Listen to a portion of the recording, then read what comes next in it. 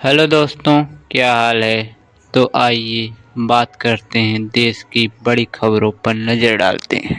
मैं इतना जरूर कहूंगा कि अंग्रेजों को तो वंदे भारत से दिक्कत थी, जिन्ना को वंदे भारत से दिक्कत थी।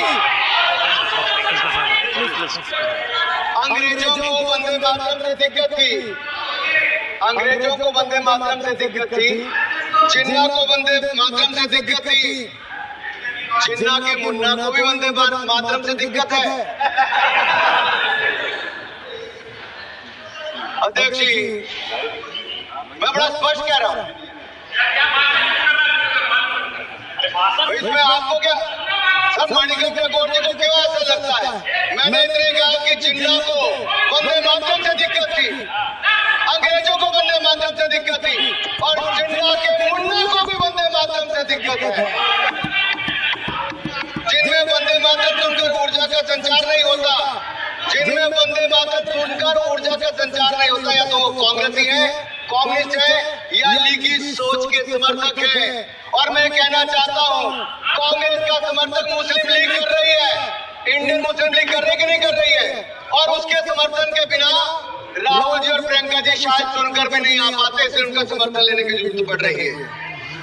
माननीय अध्यक्ष जी, जिनको वंदे मातरम से दिक्कत है, मैं उनका इतना ही कहूंगा कि Vande Mataram is the most sacred mantra of our freedom.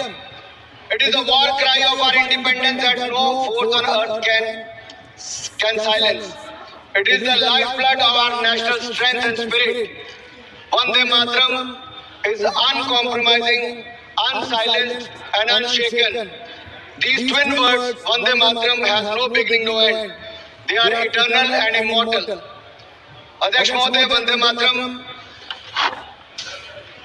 का जहां एक और हम आज 150वां साल मना रहे हैं, वहां कुछ लोगों के पास महापाप का प्रायश्चित करने का अवसर भी है, लेकिन रेडिकल कम्युनिज्म और लीगी मानसिकता के साथ जुड़े लोग शायद इस पर सुधार ना करें, क्योंकि वंदे मातरम को आधार बनाया था पॉलिटिक्स ऑफ अपीसमेंट का, तुष्टिकरण की राजनीति का।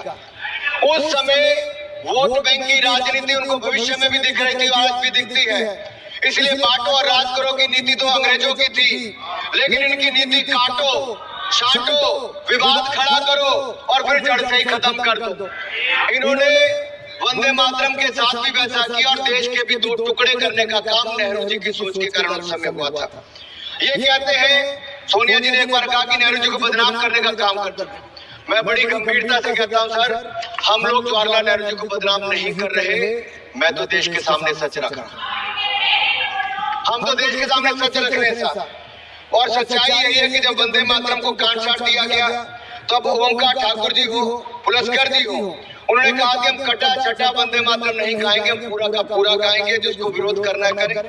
केवल 2 संजों तक इन्होंने सीमित कर दिया, टुकड़ों में देश को बांट दिया।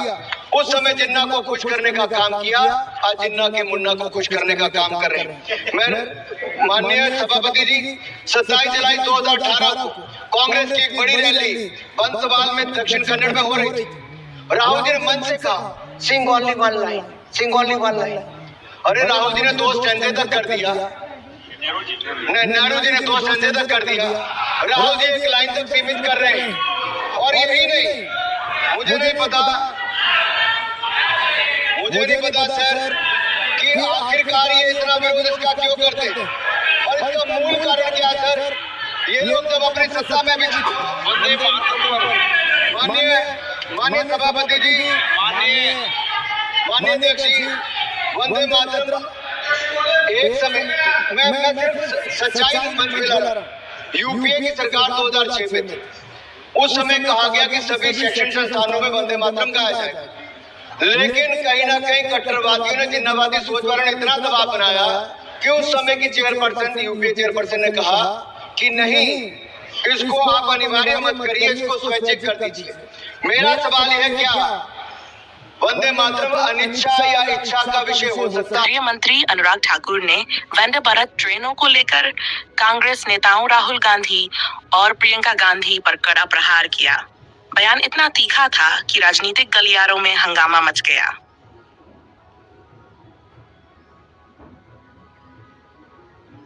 नमस्कार, बड़ी खबर आ रही है दिल्ली से, जहां वंदे भारत ट्रेन को लेकर शुरू हुई बहस अब जबरदस्त राजनीतिक टकराव में बदल गई है।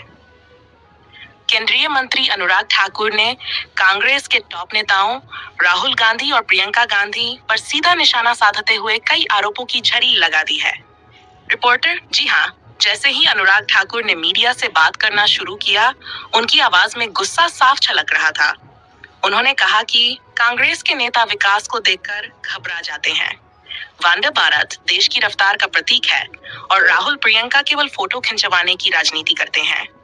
उन्होंने आगे कहा, राहुल गांधी को देश के विकास मॉडल से दिक्कत है और प्रियंका गांधी केवल सोशल मीडिया पर दिखावा करती हैं। लेकिन अब जनता सब देख रही है। कांग्रेस नेताओं ने झूठ फैलाने की कोशिश की। मैं आज उनके हर आरोप का जवाब दे रहा हूं। अनुराग ठाकुर यहीं नहीं रुके। उन्होंने राहुल गांधी पर तंज कसते हुए कहा कि जो लोग खुद एक सीट संभाल नहीं पा रहे, वो वंदे भारत की रफ्तार रोकने की बात क्यों करते हैं? कांग्रेस आज भी पुराने जमाने की राजनीति कर रही है। रिपोर्टर, प्रियंका गांधी पर तीखा हमला बोलते हुए उन्होंने कहा, प्रियंका गांधी केवल चुनाव के वक्त दिखाई देती हैं।